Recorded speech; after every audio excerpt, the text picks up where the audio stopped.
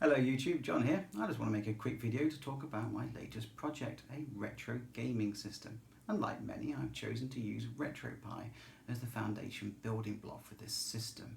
I was setting it up using the Xbox 360 wired controller, possibly one of my favourite controllers of all time. But once I started getting into those games, I realised that the picture and sound, though almost perfect, they didn't quite feel right, certainly for me at least. And this was more noticeable with some systems than others. Here we have the Championship Pro microswitch signal button joystick, one of my favourite for the Commodore 64. Certainly quite different to the Xbox 360 controller. So what I did was use an Arduino to sit between the controller and the RetroPie, the Raspberry Pi 3, to make that work. And I thought, well, once I've got that functioning, why stop there? There are many controllers back from my childhood that I still had that I'd like to use again. So behind me you may see Super Nintendo, PlayStation 1, Nintendo Entertainment System, Mega Drive, and even the Master System. Each of them connect up with their original proprietary connectors. Now this was important to me because I wanted to make sure that those controllers remained unmodified and intact so they can still be used back on their original systems. They can easily be switched using this simple dial interface that I've got on the front. Simply twist to move the LED to match up with the graphic of the controller that you want to play with, and away you go. Finally, I added some arcade style LED buttons to the console itself. These use common shortcut keys within the RetroPie system, such as change save slot, load and save itself, and exit game, for instance. Okay, without further ado, let's move on and have a look at this in action. Okay, let's do some demos. Let's start off with Super Nintendo, shall we?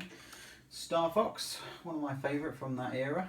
A great game to demonstrate this console system as well, because when you begin play, it gives you a control option of a few different button layouts, and you can clearly see the ship responding, as you can see here.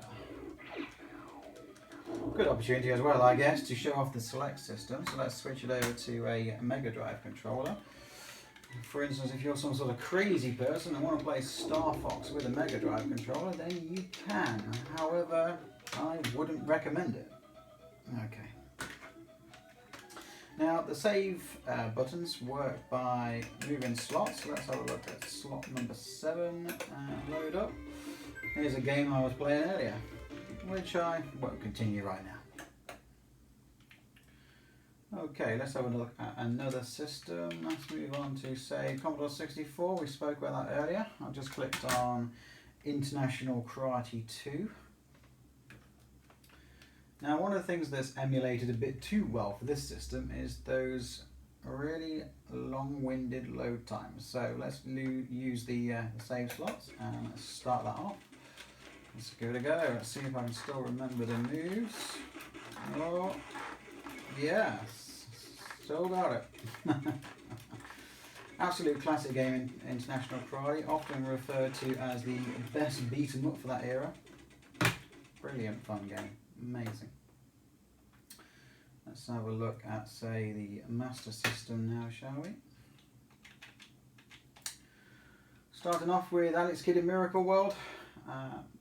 One of the most iconic games, I think, for that system, or certainly my view, mainly because it was hard-loaded onto most of the systems.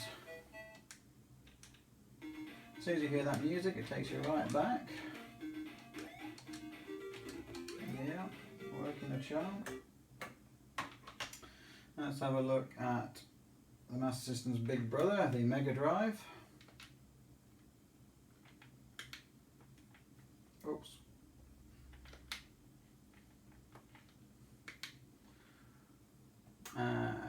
Yeah, let's do a bit of Sonic the Hedgehog. Everybody knows Sonic the Hedgehog. You may notice that I have a couple of Mega Drive controllers and a couple of Super Nintendo controllers as well. They were the ones that I got requested most for multiplayer gaming. So yeah, you can do 2-player on this, no problem. Okay, that's Sonic the Hedgehog. Let's do Nintendo Entertainment System.